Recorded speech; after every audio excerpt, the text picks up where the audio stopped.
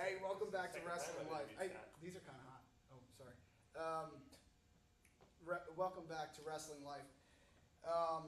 For those of you that are sitting here for the first time listening to us or watching us now,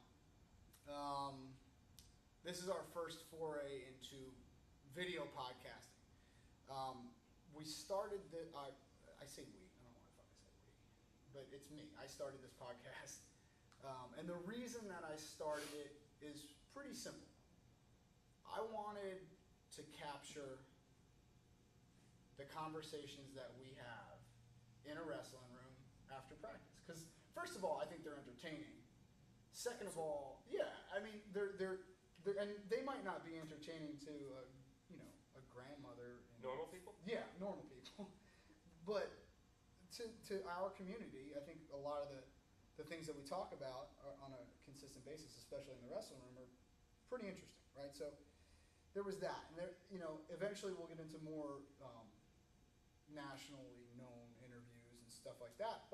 And even those, like for me, like all right, so the guys at Flow kind of they do an awesome job of pulling people off a mat and then interviewing them.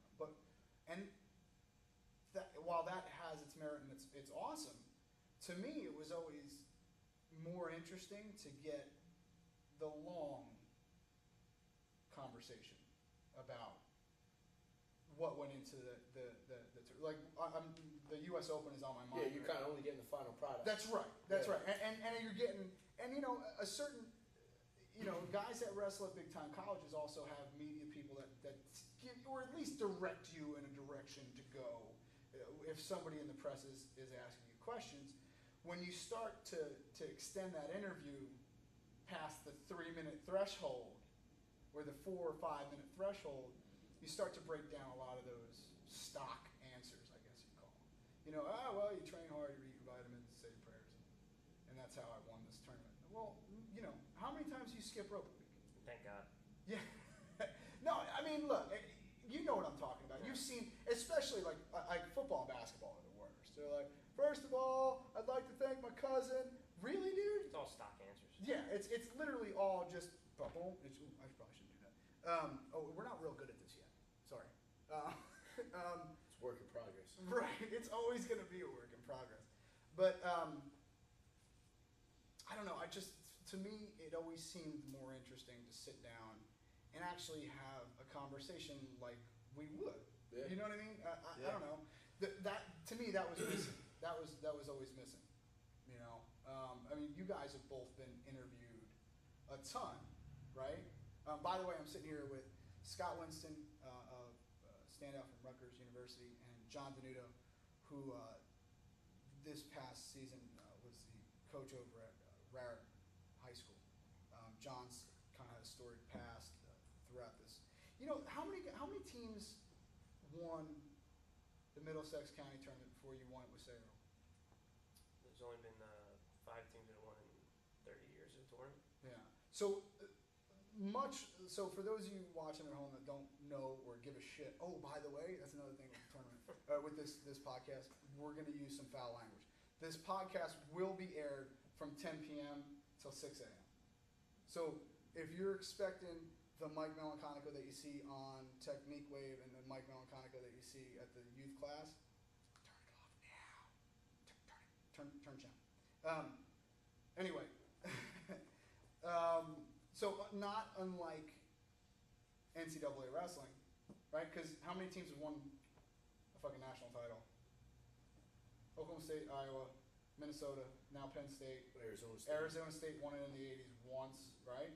Yeah. When Zeke was there, I think, right? I think Bobby Douglas coach. Right, yeah. Yeah. Zeke Jones was on the team, though. Okay. Yeah. Sorry. So, but yeah, I mean, so there has been a stranglehold on that tournament as well, I think they've won it 14 in the last 15 years, except for that year. Yeah. South Plainfield has won that, and I think most of the people across the country, a nationally ranked team, they had what they called Murderers Row the last couple of years.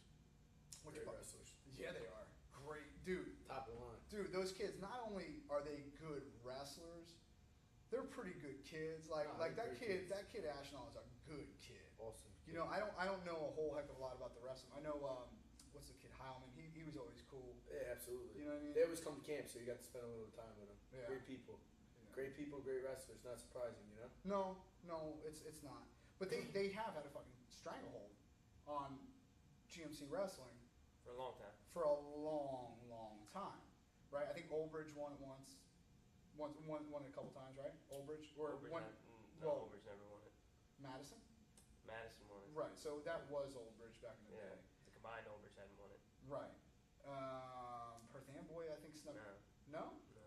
I know South River snuck. a South couple out. River won 2 in the 90s. Yeah. East Brunswick won 2. Madison, Piscataway.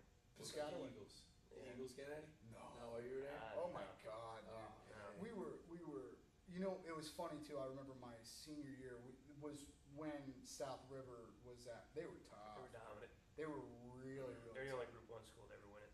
Is that right? Yeah. They're a small school, dude. 2 years in a row, yeah. Yeah, they're tough.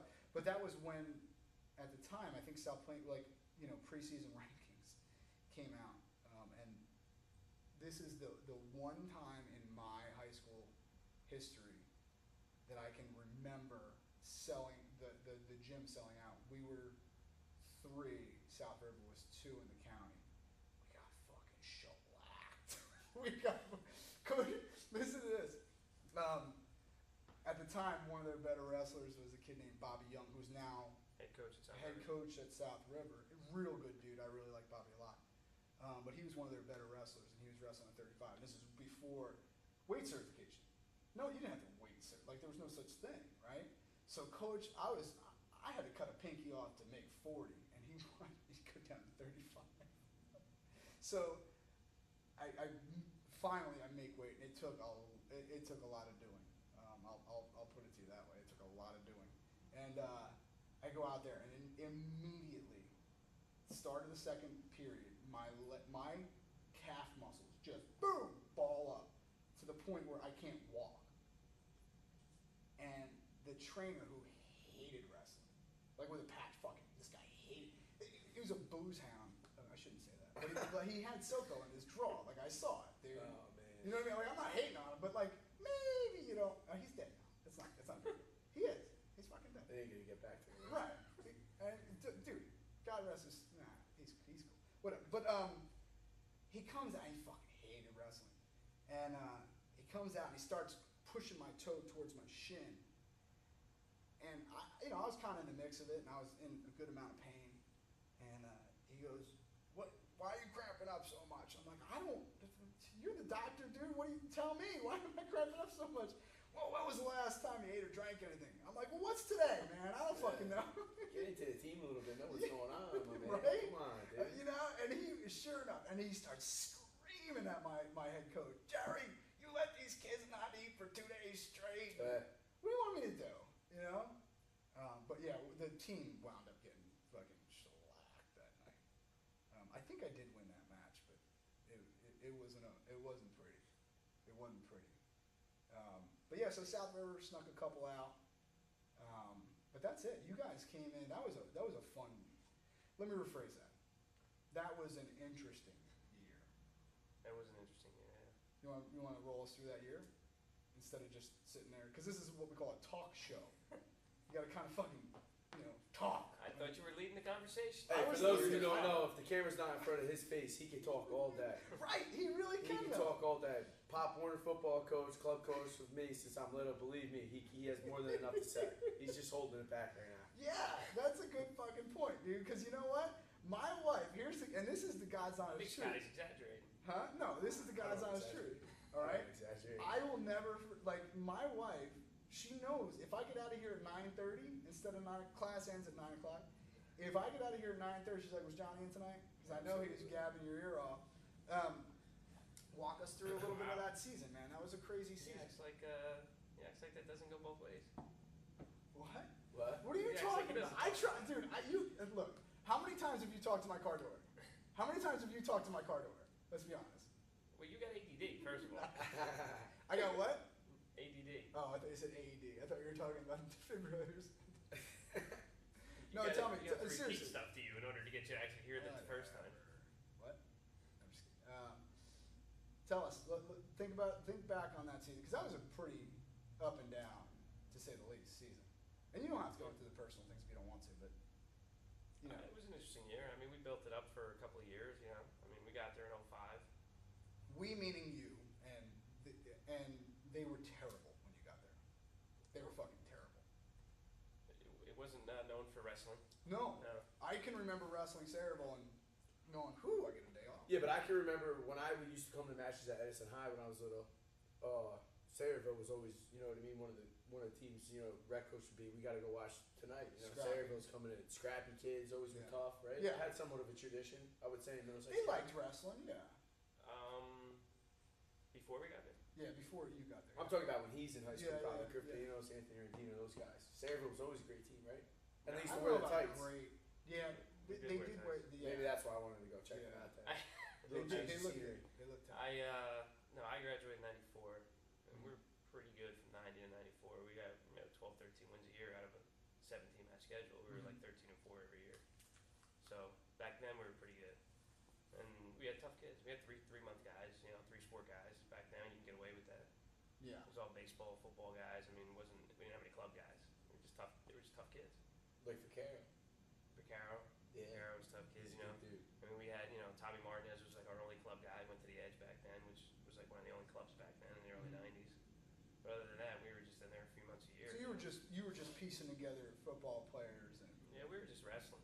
You know, we were just getting in there and staying in shape and getting after it, and you know. And then after we graduated '94, they didn't have another winning season until 2004, I think. Is that right? So they went about 10 years without a winning season, and it was a downslide that they went through for a while. And the year before we got there, they had, you know, started getting a little better. Numbers picked up, and then we came in 05, and we got a really good sophomore class that really committed to what we wanted to do. And we came in, we had our first meeting, and I think 6 kids quit after our first meeting. Really? Yeah. Why? What did you say? Because you have the, like, you know, I'm trying to paint a little bit of a picture, the dynamic that goes on at this club, right? Scott's the young buck. I'm kind of the. Danuto and I play very much a yin and a yang. He is much more the iron fist, and I'm much more. I've fought this iron fist before. Many times. And I am much more the velvet glove. And I think it's important that we have both. So what specifically, do you remember what you said at that Scotty's meeting? been on a lot of the Iron Fist side of it. Do you remember what you said that made 6 kids quit after your meeting? Not even first practice? After the meeting, I mean, well, you know, they had never done anything in the off season. Right. You know, they were 3-month guys, you know, so still, Right. and it hadn't gotten them anywhere to that point. So Right. we went in and laid out the schedule that we were going to do and what we were going to do in the summer, and the time commitment it was going to take to do what we wanted to do. Right. And we went into the meeting and we told them in the meeting our first day that we were going to win a county title and we were going to win a state title, and we were going to do it whether you're here or you're not here. You know, we're going to do it with whoever stays. And we lost 4 or 5 of those guys were varsity kids Really? that decided they didn't want to put the time in because they were just 3-month guys. Here's the coolest, one of my favorite Danuto stories was when you were wrestling, I think it was Edison, and you pulled a real good wrestler off the mat. Do you remember that? When you pulled Santiago off the mat? I was in the short. Oh, that's right. That was my first year at Sayreville. So your first year as head coach, Yeah, he was a sophomore or freshman? freshman. He was a freshman. So now you're talking about a kid, Ramon Santiago, who, you know, he's a national qualifier now for Ryder. I mean, he's a pretty. NCAA qualifier, yeah. He's a real good wrestler. And he was a Second in the state state. finalist Yeah, his senior year, right? I think Senior senior year. placed 5th his junior year, 135 wins. Yeah, decent wrestler, right? And why? Can you remember the story? Because I do, but I'd like to hear your version of it. We were wrestling Edison, Mm-hmm. and he was the first bout, and they were a higher ranked team than us, and it was our first year there. Really? It would have been an upset for us to win, and we needed every point we could get, Mm-hmm. and we had it on paper as being a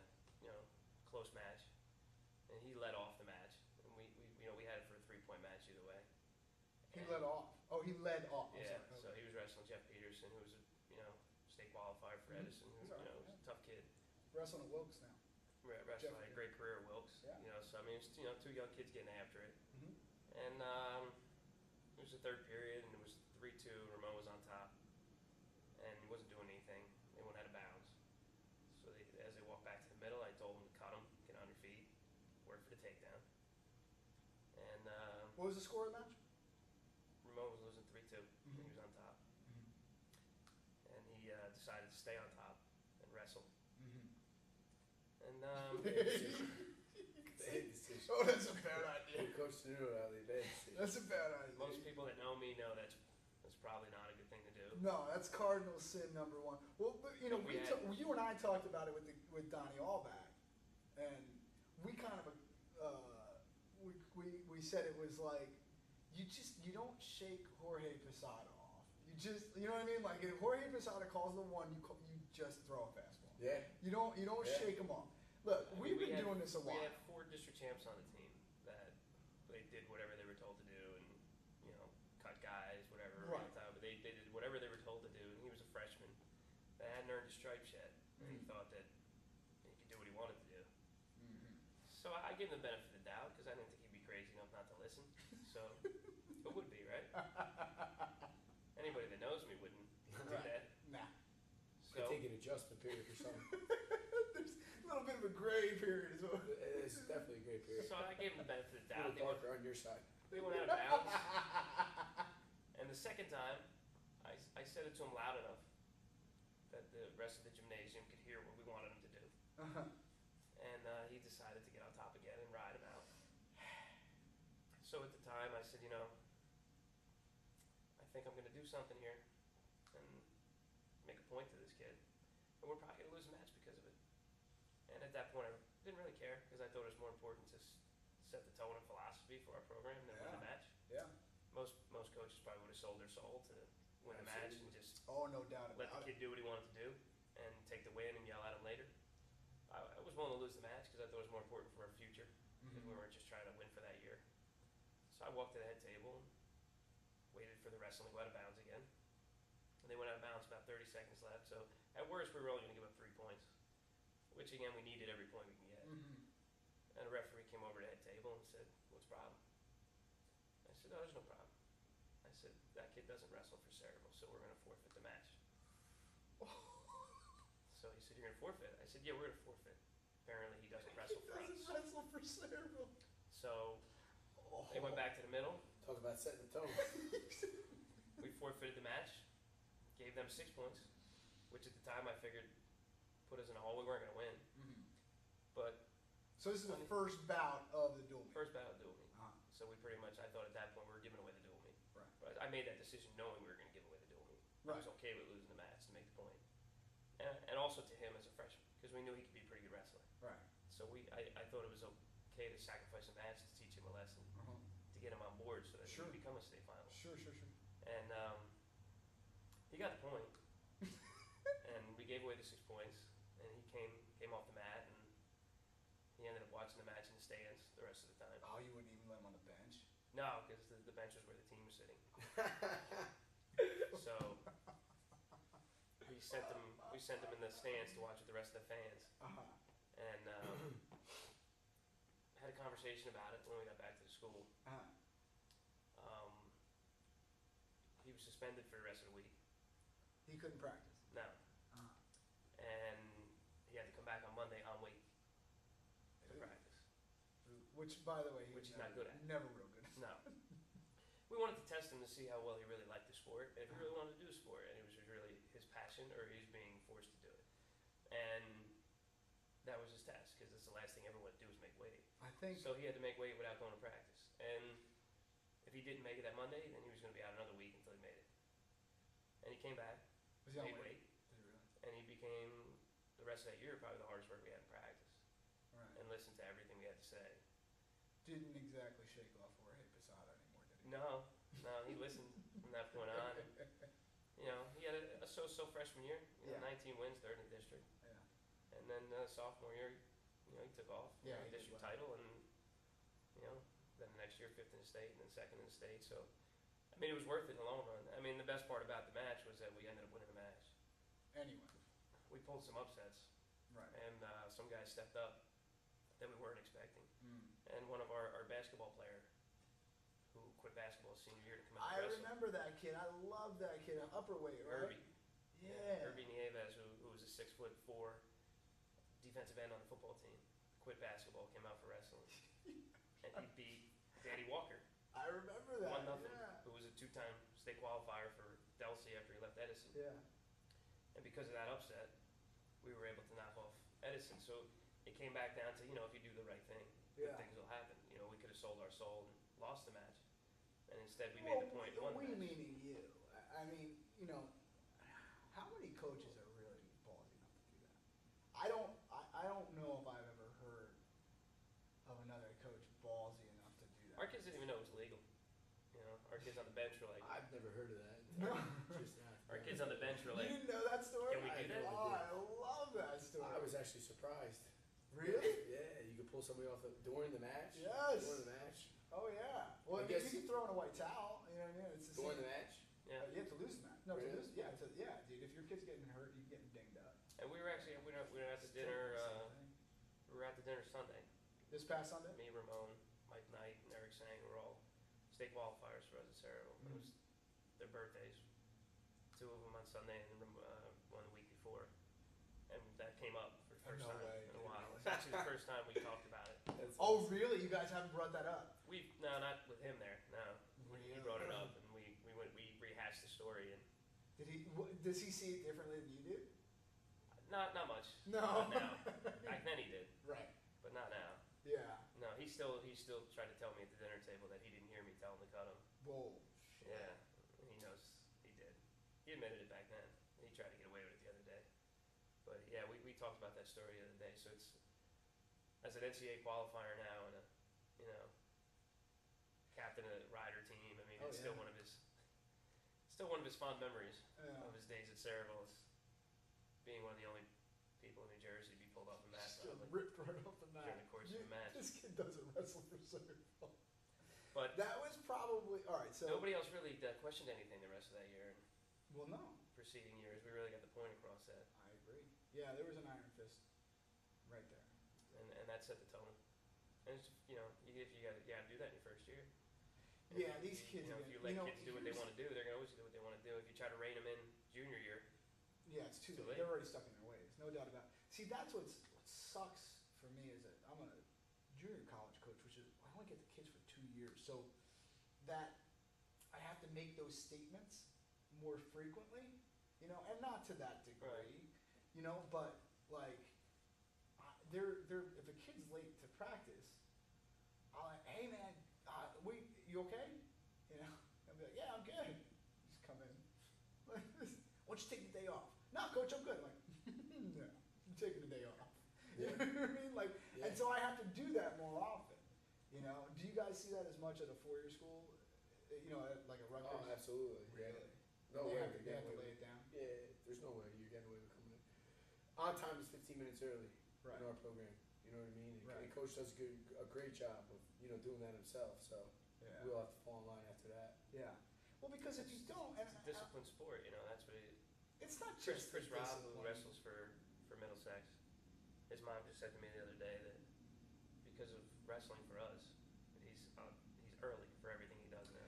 He goes early to work. He goes early. He's afraid to be late for anything. It's just ingrained in him now. I think it was on one of those major websites, like Flow or the Mat. One of them has. I think there was an article written in Forbes magazine as the #1 type of person for the Fortune 500 companies. They look at a resume, and if they see wrestling, they're hiring you. And it probably has more to do because let's be honest, we're not the prettiest people in the world, right? Like you ain't winning any beauty For yourself. All right, maybe Scotty will win a beauty contest, but you know what I mean? Like we got jacked up ears. I curse a lot. You know what I mean? Like it probably has more to do with. My nose is barely on my face. How many times has that thing been broke? 10 times. Oh, Last time I broke my septum and everything else, and it just chills Oh, it's now. just- I yeah. move into Oh, that's whatever. gross, Yeah. dude. Sometimes I take a double, it'll move to the side, I feel it like pop, and then it pops back over. I'm just like, oh man. I've had my nose broken 8 times. I'm not nearly as lucky. That's the gift that keeps on giving, man. Yeah. Mm-hmm. But One time I got cauliflower. My sophomore year, I got cauliflower in my nose. Cauliflower in the nose. That's the way the doctor explained it to me. No way. I woke up the next morning and my nostril was just blown out. Took over my whole nose. I came in. I immediately called the doctor. I was like, I don't know what is up with my nose. You couldn't even get like a fingernail. Little help You know here. what I mean? Barely could breathe. So I was like, I had to go to the doc. Went to the doc. He's like, you got to go to a specialist immediately. That's not good. If that closes up, I forget what he said. Something long term wise, my nose is gonna collapse. Apparently, it collapsed. Anyway. By the way, we did talk about, I think on one of the podcasts, I don't know if you listened to it, when you had the nose tampon stuck up there for like a week. Yeah, that's just one of the times I broke my nose, man. That's just one. So you had cauliflower in the nose. Yeah, cauliflower in the nose. So he was like, immediately, we got to have surgery tomorrow. Went in the next morning. Went out for a couple minutes, whatever, I don't know, 15, 20 minutes. They did what they had to do. And I ended up wrestling like a week later in Brockport. And I think that might have had something to do with it collapsing. Are you sure? I really don't know though. It is Wait, nice. you mean Northeast Regions when it was up there? No, or? the Brockport tournament. Oh, really? Yeah. Oh. Brockport Open. That's like the first weekend of the season or something like that? One of the first Yeah. Well, it was off my redshirt year. I was really excited. I wanted to be back in the lineup, you know? Right. I was really excited. Great competition always at that tournament. Too. Yeah, There's always some, really tough teams. Yeah. So I wanted to get back in the mix, but yeah, long term wise. Hindsight being 2020. Yeah. Maybe you should give him a little injury time on that one. Yeah, maybe I should have gave it another week. I don't know. I don't know, but It's we cost can you say modeling career. Yeah. Definitely, I'm a little upset about that. Yeah. Losing millions of dollars that I could be making being a model. That's true. What are you gonna do though? That kind of leads me into some things that I wanted to talk about with you anyway. Your body is hurting. Yeah, I got a little banged up. Yeah, but see, you say that, and, people. Did you listen to the Ocone podcast? Some bits and pieces. All right. I said in the Ocone podcast that and we might get into the story about how you and I kind of met and how we started the club together and things like that. But I have over the last, and this is a conversation that you and I have had before, but it's good to have it because look again, this is fucking more real than a 30-second spot or a 30-second interview. You and I have kind of grown up together, both as a coach and as a wrestler, and I feel, if not personally responsible, at least a little bit guilty about not having hit your goals at the end of your college career. And I know what you're going to say and this and that, but the truth of the matter is, man, look, I didn't know. One of the biggest facades that there is in life is to get people to think you know what the fuck you're talking about. That's God's honest truth. Because I've had conversations with my dad, and I'm like, "How did you know to do that?" He's like, "I have no idea." Like I'm talking about as being a parent, because I'm a parent now, and he goes, "Man, I was just fucking winging it. I don't even know." And so I think one of the biggest charades in life is to get people to understand, or at least think that you know what you're talking about in all facets. And while I did have best intentions at heart at all times, there were things that we put you through, because you went through the ringer, man. You were traveling every weekend, going to the national tournaments from the time you were a kid. From the time you were in 5th, 6th grade, you were traveling. 6th grade, I kind of turned the corner. Right. Yeah. So, and to see your body deteriorate, I'll never forget when you came in this past season, and we were just goofing around in the rings, and you're like, "Nah, I can't do that." And I was like, "I was goofing with you. Why not?" And you said, "Because I'll be out for a month." Yeah. And you weren't kidding. It wasn't like to be funny. It wasn't to be a jerk. But I think you could probably attest to maybe at some point less is more. You know, I mean, what do you feel about the way you came through the sport? You say that, but I kind of, you know what I mean? I don't know. Maybe I'm a little stubborn, you know? I think, you know, he put me in the best positions. Coach Goodale, when he was my high school coach, college coach, always put me in the best positions, and that was, you know, the more you wrestle, the more you do something, I think, you know what I mean? It's easier to perfect at least. Yeah. You know, you're feeling yourself out constantly, you know, you're being tested, and, you know, I like competing anyway, you know? You just like competing. I like competing over stupid rock, paper, scissors, shoot, you know, I like to compete. So, you know, maybe it just had to do with, you know, just my body personally, you know what I'm saying? It wasn't like, it's not like you trained, you know, 10 of us and, you know, we all ended up growing up and having the same injuries or anything like that. You know, some of these were freak injuries, you know. That's a good point. My knee, you know, wrestling live just blew out one time, and, you know, if your knee blows out one time, it's susceptible to blow out another time. That's what happens, That's a good you know. point. And, you know, You're making me feel a lot better. yeah, absolutely. Well, it makes sense, you know. Sometimes it's all just putting things into perspective. And my shoulder, you know, I could have got my shoulder fixed, and maybe things would have went, you know, I wouldn't have had to wear the brace and stuff like that. But I just thought, you know, after having the knee surgeries the past 2 summers, this past summer I wanted to train a little bit more, you know. And they said if I, you know, I could probably muscle through, just stay on, you know, doing some exercises, things like that. So I obviously wanted to decline, you know, the surgery, and you know, chose to just wrestle with the labrum and the rotator cuff torn. You know, it just it made sense for me, you know, and you know, I can't remember a time, you know, you ever encouraged me not to, you know, go get the thing fixed, or Coach Goodell not to go get the thing fixed. And possibly, you know what I mean, if I did that, then I wouldn't have had to deal with the injury, but at the same time, then I'm off the mat for that long, and I don't really want to be doing that either, you know? Yeah, no, that has its negative drawbacks too. Yeah, so. You know, No matter what you do, you're never going to stop a competitor from. Yeah, my thumb, that was like a freak one time. I tore that right before Nationals my sophomore year. I don't even know what the name of the ligament is, but the bone came with it a little bit. So that's kind of like a freak one too, you know what I'm saying? It's going to happen. It happens to everybody across the country, I feel like, you know? it does. It does. But if you put, like think of it this way, or at least this is the way that I'm trying to think of it. Look, a car has a certain amount of miles on it. Yeah. Okay. Do we really want to burn these miles going into fucking sophomore year in high school? Is that really what we want to do? Because a lot of them, look, man, you know, there are kids that come to my club from other clubs. And I'm not going to badmouth any clubs. It's not what I'm saying. But what I mean to say is that it's just such a, you know, win now, win now, win now, win now. It's hard to tell a dad, which you've had to do in the past too.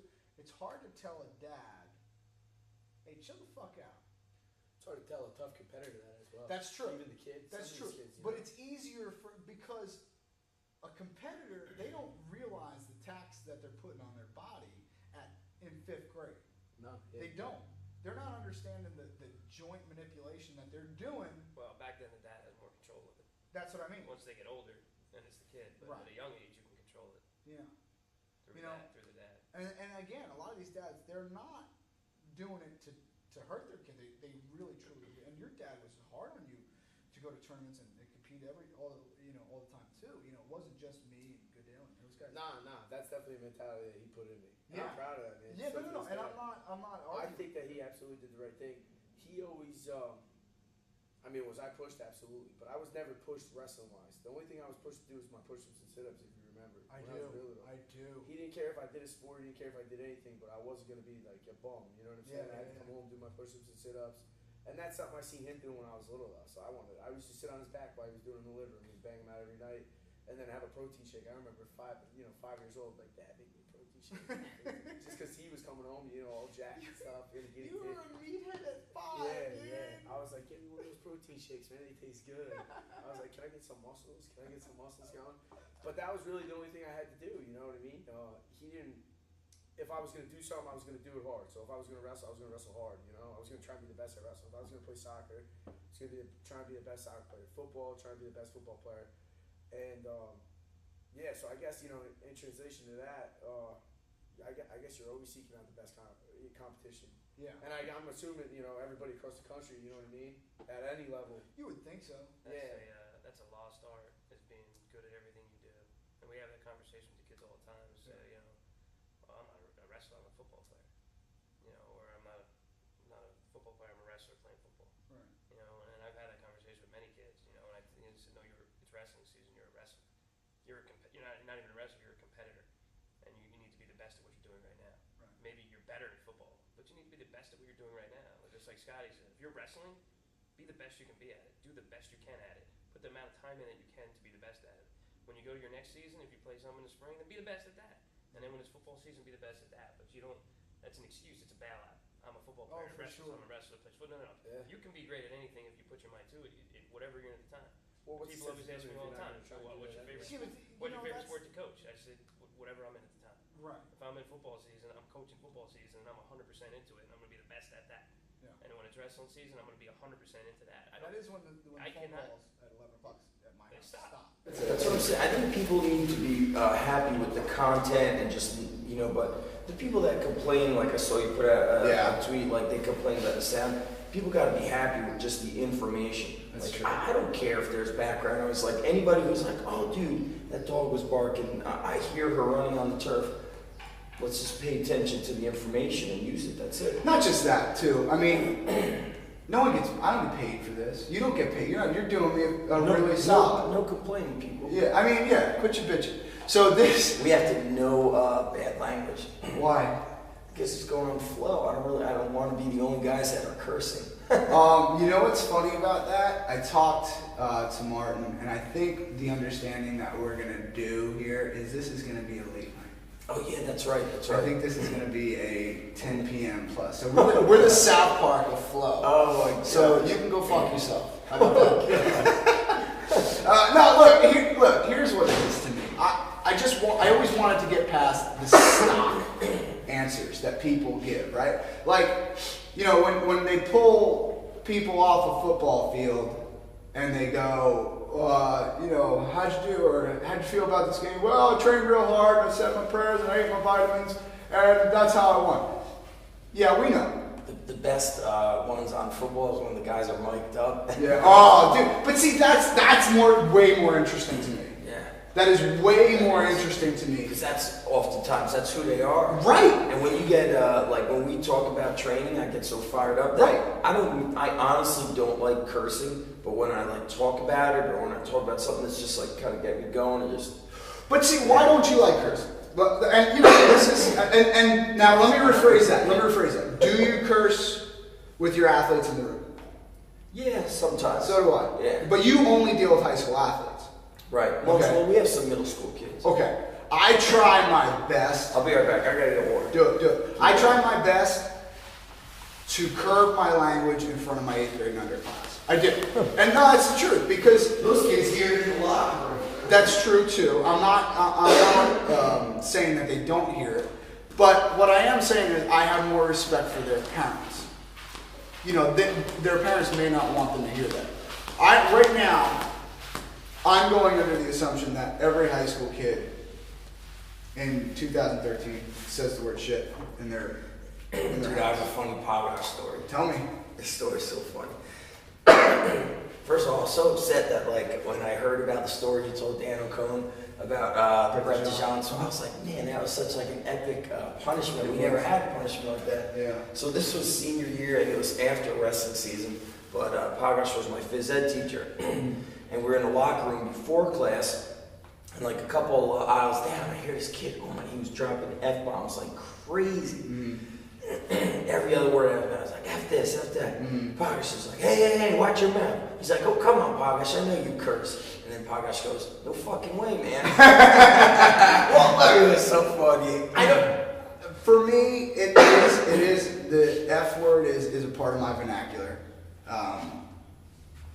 Do I think I could tidy up the language a little bit? Yeah, maybe. But at the same time, I ask myself all the time. I had, the guy that does all the marketing for the club now. Yeah. The guy Don, he does an awesome job for me.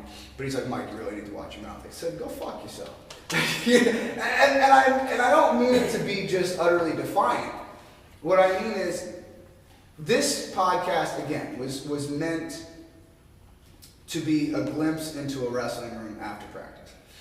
And if you have a full conversation with a wrestling coach and there's not one F-bomb drop, I'm really surprised. And I'm not saying that it doesn't happen. Of course it happens. But in the realest sense, I think that a lot of times we get so caught up in language. You know, for me, it just was never a big deal. And if it does offend you, you don't have to watch this. It's like, remember that speech with Al Pacino where he's talking about like inches? Yeah. Inches speech? Yeah. But and would that speech be the same if there was no cursing in it? Probably not. No. Yeah, that's so true. Because it lends some strength to a language. Although that one speech about it's that football coach and he like plays that music and it's like gladiator music. Yeah. He's like, man, I'm so proud to like lead you today. Yeah. Oh man, that was so cool. That was great. I am champion. Yeah, I that am was. champion. Yes. I am champion. Yes. And everyone's like, he's like, what do we do? Let's get these fools. They're all like, ah. And there was like one kid. I was like, I don't want to train that kid. I definitely don't. Everybody was like looking at that. They're like, what's wrong with this kid? He's like not even fired up after that. Yeah. I remember that speech was like, man, that thing got me going. But again, I'm not. Maybe I am just explaining my mouth away.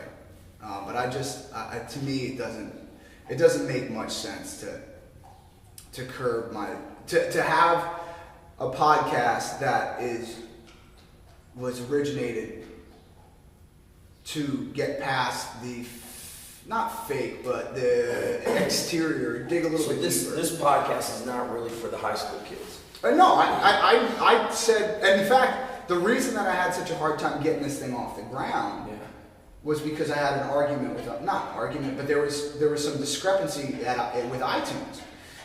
Even though I listed this podcast as explicit language, they for some reason it was uploaded as clean.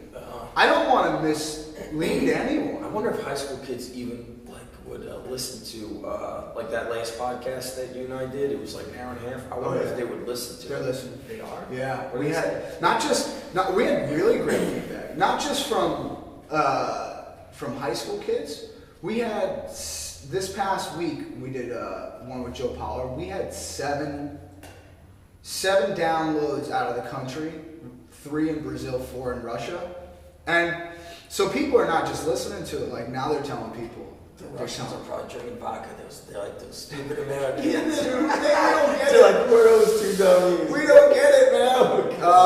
But anyway, so this is the podcast, and this is for what it's worth, our version of talking wrestling.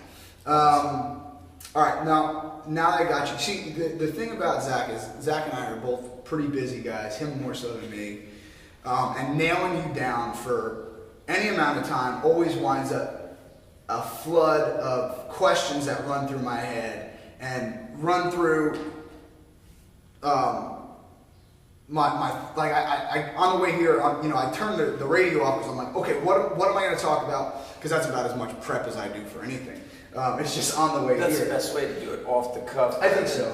The best interviews, the worst interviews are always when the person has to stick to their agenda rather than just go with the flow. I always, like when I do an interview, I say, just make pretend we're like out at the bar, Yeah. we're grabbing a beer, and we're just like talking life, talking training. Once again, that's much more interesting to me than me reading your Wikipedia page and starting to ask you questions Go about with the flow. Oh, it's so fucking boring to me. It's just it's nonsense. So I got into a discussion yesterday about what I do at my club, and the way I explained it was I teach kids how to wrestle, and they go, oh, well, you're a coach. Hold on. Yes, I am, but that's a different hat that I wear, and that's a Middlesex County College. I am the coach of Middlesex County College. At Rhino, at the wrestling club, my main job is to teach the kids how to wrestle. I try to explain to them, I don't care if you win a wrestling match. Meaning, when you come in from a big tournament. Oh, no, I do. No, I shouldn't say that. When they come in from a big tournament, my first question is not, did you win or did you lose? My first question is not, what place did you take? My question is, how'd you do? And they go, well, and generally they'll say, oh, I won, or I went 3-2, or. I remember when we were young and like somebody would ask when we were in high school, I feel like we're still young, but let's say somebody said, how'd you do at the tournament? I'd say second, third. Kids today don't ever tell me what they placed. They always give me their record. Yeah, they go 3-2 because the places generally don't matter. Here's why, I think. Because the place doesn't really matter anymore. Okay, because there's so many damn tournaments that some of them are filled with 4-man brackets. So to say you took second place, yeah, right? You were 500. You know what I mean? So they went 1-1. Yeah. You know what I mean? So that might be why they're doing it. But I try to distinguish myself between coach and teacher a lot more. Meaning, when I ask a kid that, I am more interested. Do I care if they won? Of course I do. That's our litmus test. That's our barometer. Yeah. The winning is a result, though, of the training that we're doing. Every coach wants to win. Of course. Look, there's no doubt about that. But I think as a club coach, and maybe this was to a fault. But I think you want to like have different like litmus tests of success. Is that what you're saying? Yeah. This is how we can see if you succeed. The reason why I'm saying that to you is because I know, like, dude, this is the bottom line. In this town that we live in, the wrestling team here is not successful. I would imagine that if, as a coach, you'd be like, dude, I can't tolerate the way we're doing anymore. Right. We can be better. We must be better. Everybody lift. Everybody go to club. Let's start going to off season. You know what I mean? Like, just, I don't know. I wouldn't be able to go through the motion of just seeing that. And I would imagine the parents also would be saying, hey man, my kid is getting his butt. Well, let's freaking do something here. Look, there's no question that the litmus test on a low end and on a high end has to be the wins and losses, right? So if you're getting your tail kicked, you had better work harder To change or do something to you have to change. Yeah, let's see a change for the better. But I think to me, as a club coach, and I've started to change my philosophy a lot more lately, and a lot of it has to do with the people around me. You know, like you said, you know, everybody wants to win, and of course I wanted to win, but it was more the purity of the sport, learning what you can through the sport, without having to sully your thoughts with wins and losses. Because the end of the day, if I have 100 members in my club, I think 5 of them will go Division I, which is the top tier, and then if anybody wrestles after. But it's like what you learn. Like I always tell people, I go, I was a very unsuccessful wrestler, but man, did I learn like everything about life, all the stuff I do today, like everything. Wake up early, don't eat, like all those little things, like they just don't bother me. Whereas like a quote unquote normal person, I didn't eat lunch, I'm starving out, I'm having a bad day, like dude, it doesn't. You just learn not to complain about stuff. So if I have to, I'll never forget, just like different things, like even like when we had Levon as a puppy, like every 2 hours I was waking up to make sure she wouldn't like take a crap in the house. So trust me, dude, I was crushed. And I also remember like little things like I can't remember if it was my son or my daughter, but they were very, very young, and one of them had a virus and was like throwing up all night.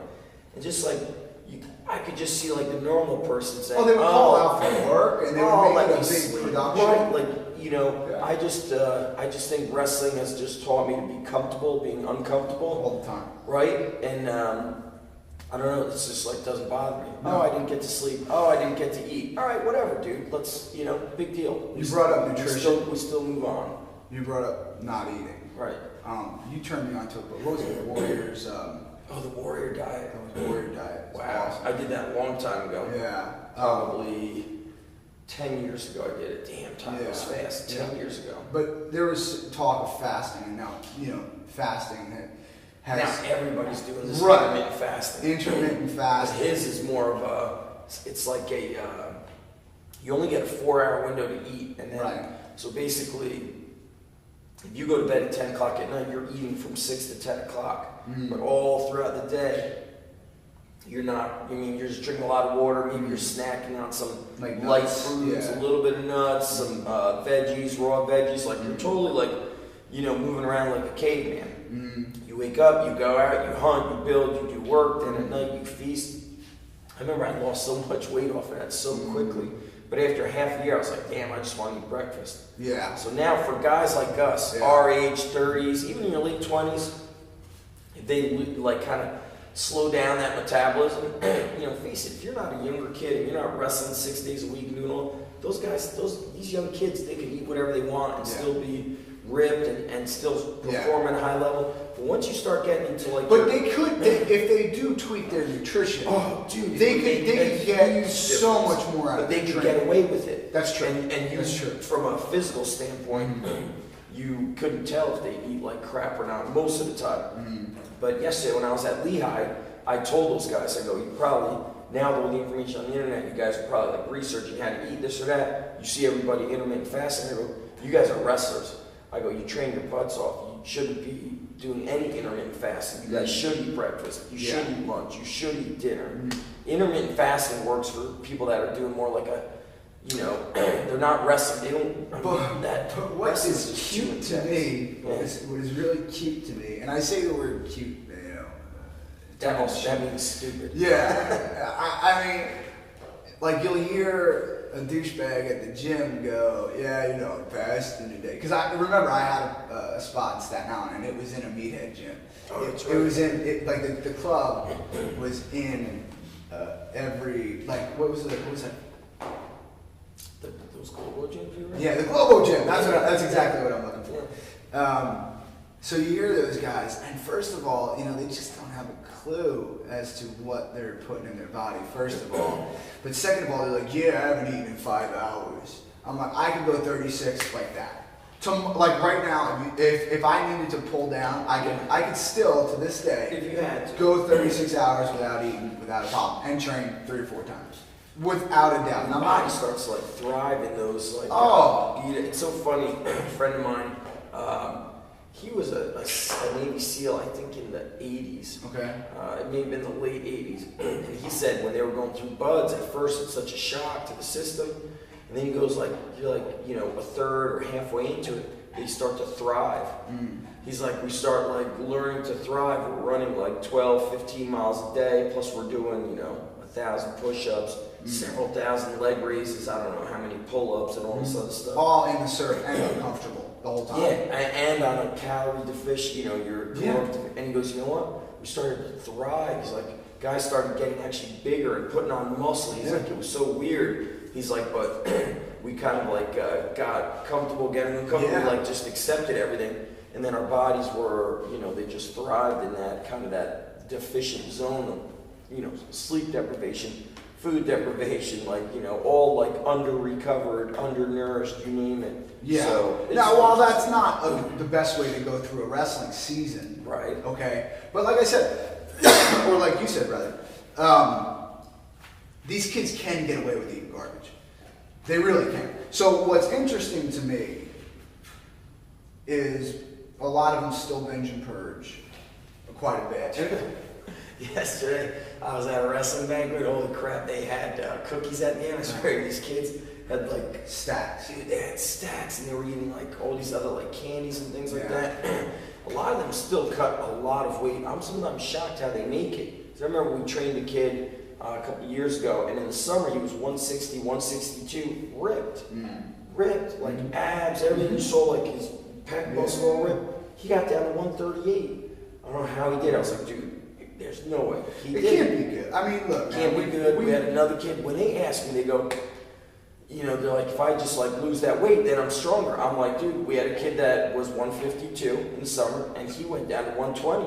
He didn't go to the States, and that kid's strong as hell. He's awesome, but he did have like the beginning of this season, he felt somewhat good, but it just you can't. This is what I want to see wrestlers do: breakfast, lunch, dinner, even if it's small. Yeah. And then on the day of a match, if you got to watch, then you watch, and then after weigh-ins, you got some time to replenish the body. But I want to see them having breakfast, lunch, and dinner. And you said something to me once. yeah. And you weren't really even talking to me. You were talking about a kid. And I remember, he was dragging ass in the middle of the season.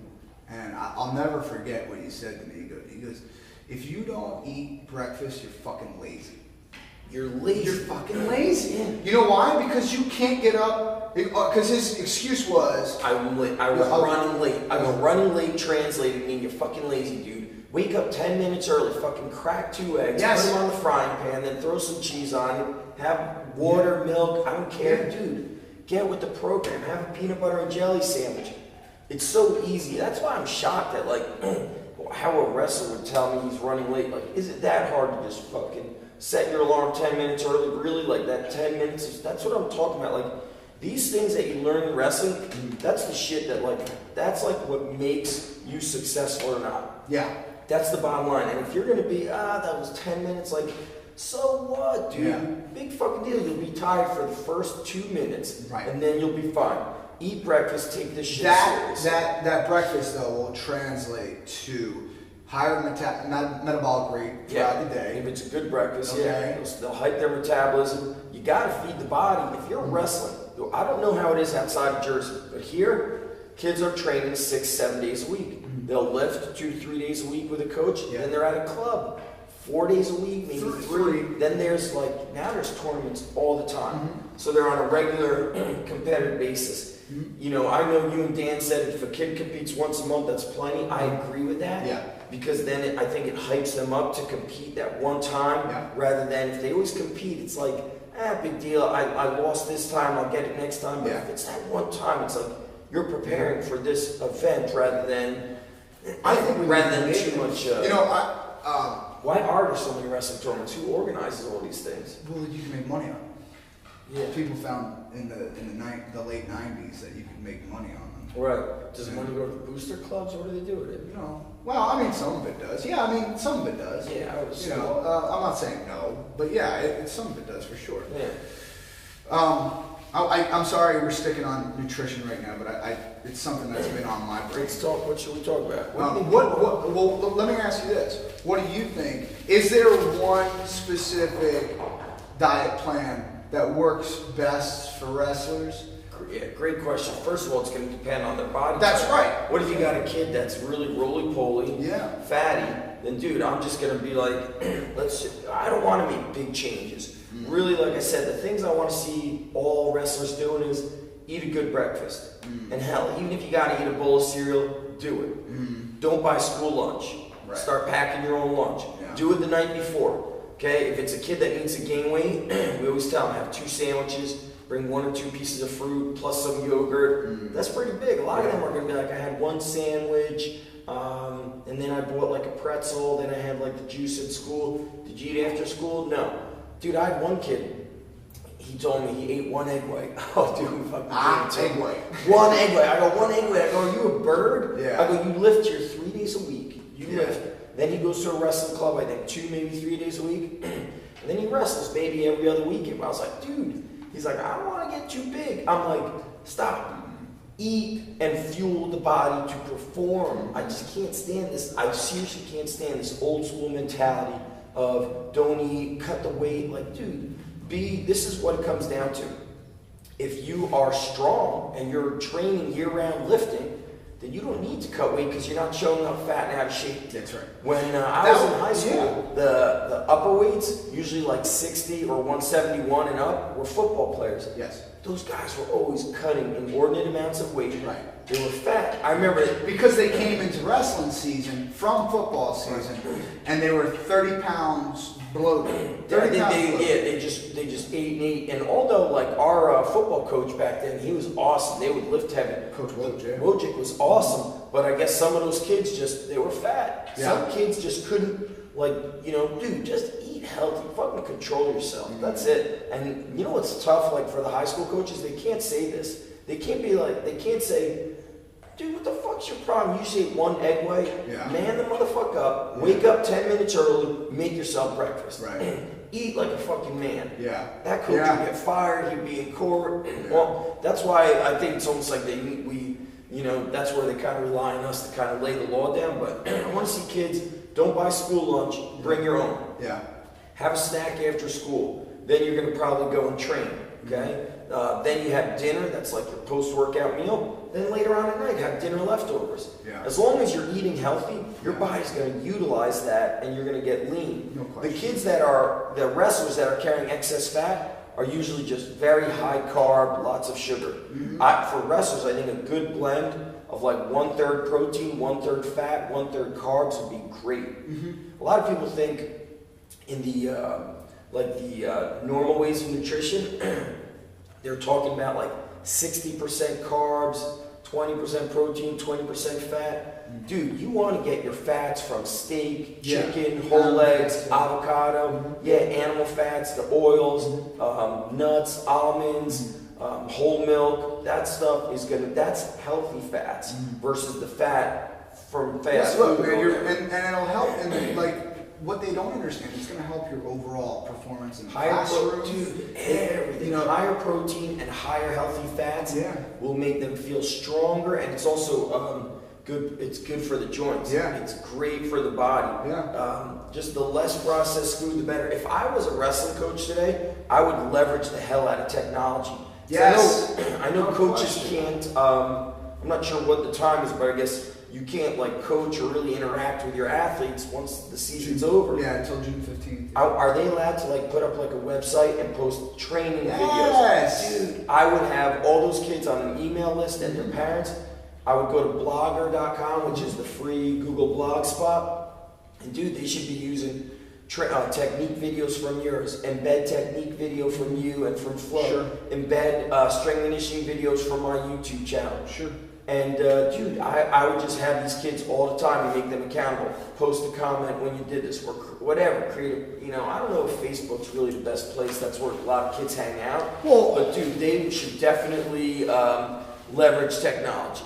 You gotta leverage technology, man. All right, so you brought up the fact that the nutrition for guys like you and I who are creeping into our 70s, 60s. is going to be different, or at least it has to be different. I certainly, one of the biggest changes that I've made in my life over the last 2+ years is taking my nutrition much more seriously. I remember you talking about it a couple years ago. You're like, dude, I jump rope, I live wrestle every day, dude, but I don't feel like I'm getting like strong. I don't have that build, and I can't remember exactly what we spoke about. I remember the one thing I told you was put on muscle. Start deadlifting, squatting. And I did, and that helped for sure. I could see it in you, dude. When you put on muscle, it hypes the metabolism, and your body's going to utilize the nutrients. So what's cool to me is now not only do I have the youth kids, and then I train and I talk to you about training. I'm 35. You're what? 38? 37. 37. Damn. Come on, son. Come on, son. Whatever, man. I now have. I could have stayed back a year. I was a senior. You were a freshman. I'm only 2 years older than you. There you go, dude. I'm not 35 yet. I'm 34 right now. I'm so. I'm not pissed, but I'm like, nowadays, all these kids stay back. I legitimately, I was 17 in college. I didn't turn 18 until December of my freshman year. It does not happen very often anymore. Nah, dude. But I'm sorry, wait. So, I now have guys in the interim. I have guys in their mid to late 20s that I train now. So what's cool to me is to watch them start to make the realizations about nutrition that I made in my 30s. Okay. And I'm going to bring up Monty. Monty's one of my pro fighters. And he has fought his entire life, and he's got 10 pro fights or something like that. But he was mismanaged when he first got into the sport, and he was just thrown to the wolves right away. But he always pulled from 70 to 55. Okay, which is a decent amount. That's that's it is what it is. I think most guys do in MMA. I heard do much more than that. It's a little bit different. I heard Frankie Edgar walks around pretty much natural. Well, that's different. He's got to be like the 1% that doesn't have to cut. There's no question. But to see a guy like Monty, who I think is 25 or 26 years old, he's starting to take his career seriously as a fighter.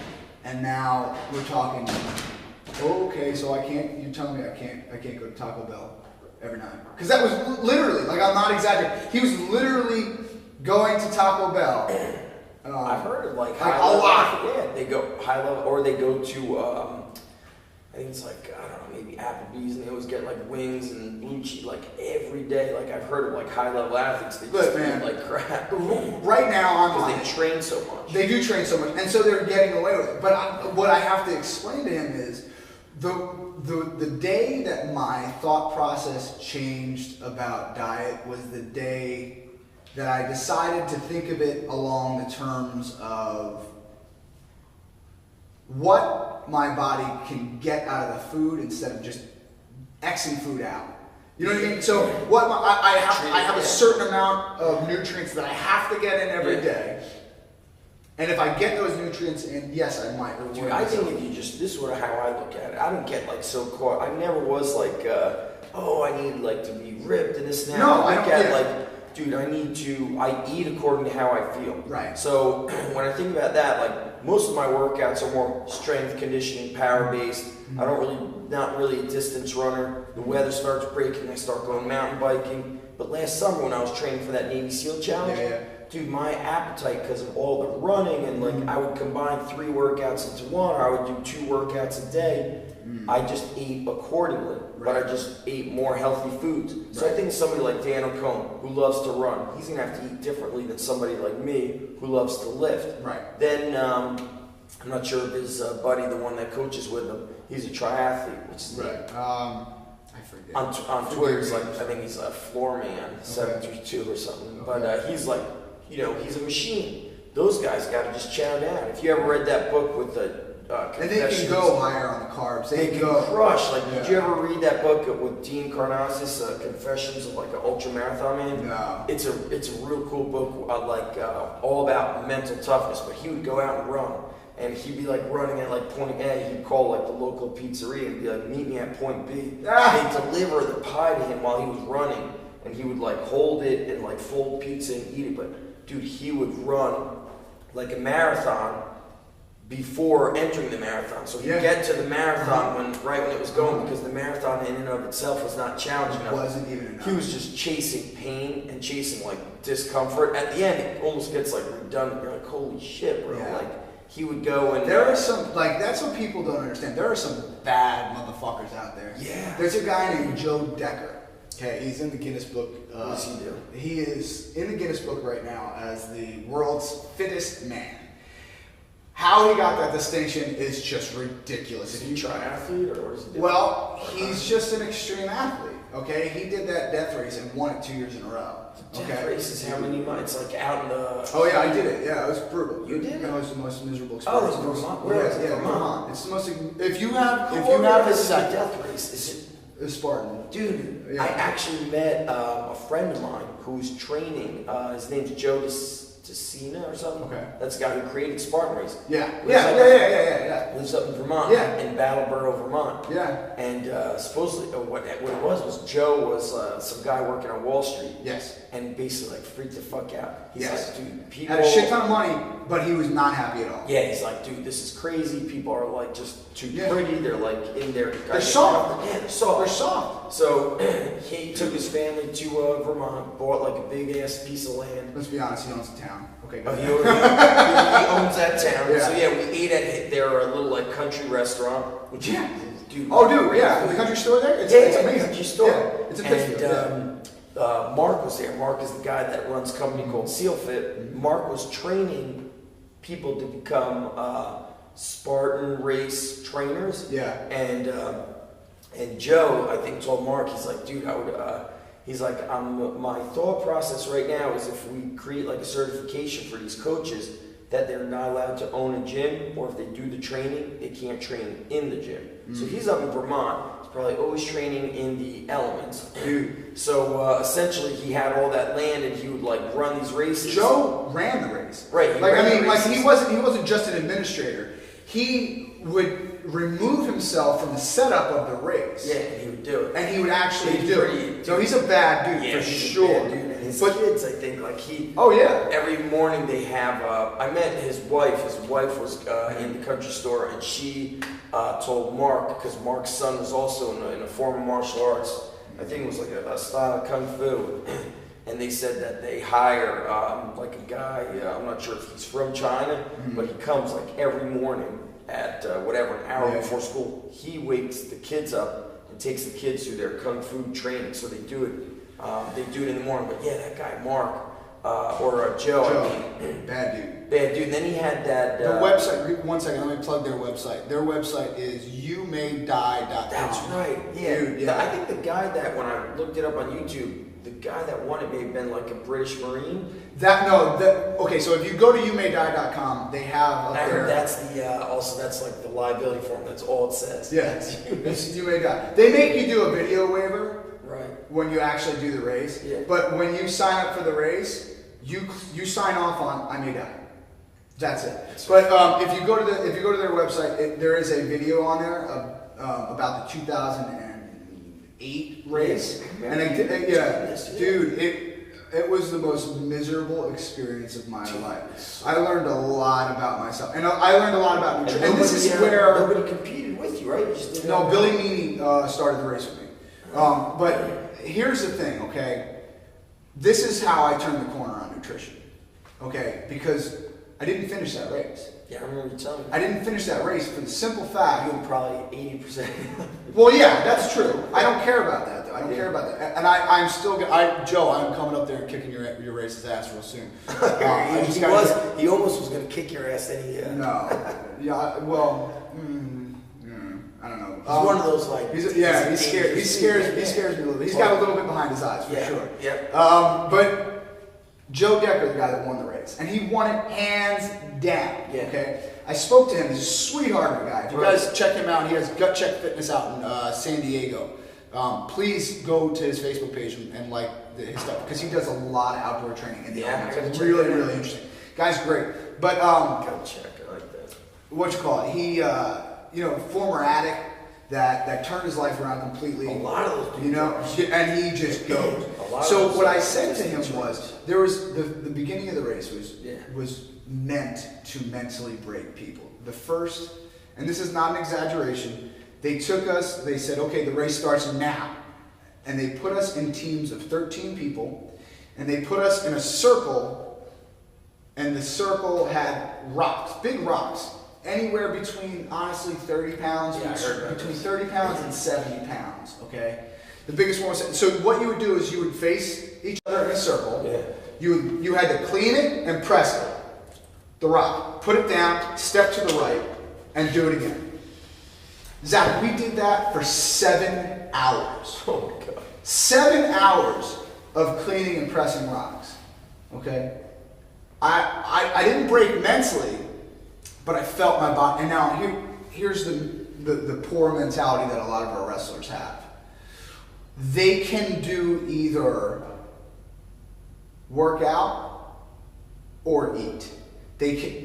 Those two things do not go together in their mind, So what we have to do is change that mentality. I talked to that guy, Joe, and by the way, in that first 7 hours, I didn't eat a thing. I didn't eat one thing. I think I had some very nice lady in the group next to me handed me half a Pop-Tart because she was done with it. She's like, "Do you want this?" I'm like, "Yeah, I do." To when we did the SEAL challenge, we started I think at 5 a.m. Maybe it was 6. I think it was 5 a.m. So for breakfast, I think I had like either 4 or 6 whole eggs and a cup of bulletproof coffee. And bulletproof coffee, if they just Google it, it's basically you put organic butter and coconut oil in there. Dude, it gives you a great kick of energy. But it's not the it's like a lasting energy. It's definitely something to keep it going. So at lunch, I had 1 peanut butter and jelly sandwich, so that's the only thing we ate for lunch. But then throughout the whole day, it was just tons of water, tons of Gatorade. We were cramping like crazy. And I remember saying to my friend, who's the Navy SEAL, was like, man, dude, it's crazy. Like, we barely ate, and we're like going and The going. water was and my going. problem too. So He said every time we were cramping, they knew exactly what to do. They're like, it's okay, no problem. It was so. Drink Gatorade. Yeah. It was like, yeah, you just get all the sodium. That was Right. the ticket. So Decker and I talked back and forth after the race, and I was so unhappy with my performance. You know, I made it 27 hours in. Oh, shit, I didn't know it was that long. Oh no, it's 48. Oh yeah, this thing is brutal. He did the SEAL Fit Kokoro camp. That's a 50-hour challenge. It's Yeah. just, it's brutal, dude. But I talked to him, he goes, well, what did you eat in that, like, and I go, well, in the first 7 hours I had half Pop-Tart, and I think I ate a Cliff Bar in the next 7 hours. He goes, in that first 7 hours where everyone was just, you know, picking up rocks, he goes, I had 2 slices of pizza, French fries, hamburger, you know, he started rattling off like a half of a dinner menu at Applebee's. Yeah. You know? And I'm like, oh my God, I have to change my thought process on nutrition. I just have to. You know, if I want to do these stupid, fun things, you know, I have to change my thought process for sure. All right. Thank you very much for watching. Let's plug your website and your. I think best thing for them to do would go subscribe to the YouTube channel and go to undergroundstrength.tv. Subscribe to the emails, get the free training, but there's 2 ebooks that they get when they sign up. Oh, really? Yeah, That's 2 awesome. free ebooks, and follow me on Twitter, ask me questions, and if you're a Jersey coach, Jersey wrestling coach, you want to stop by and see what we do, and you got questions. It's, I usually can't really talk much while I'm training people, but come in and go through one of our workouts, and we also have GetWrestlingStrength.com, which has some wrestling There's some training gross courses. videos on there. Tons of videos for everybody to utilize.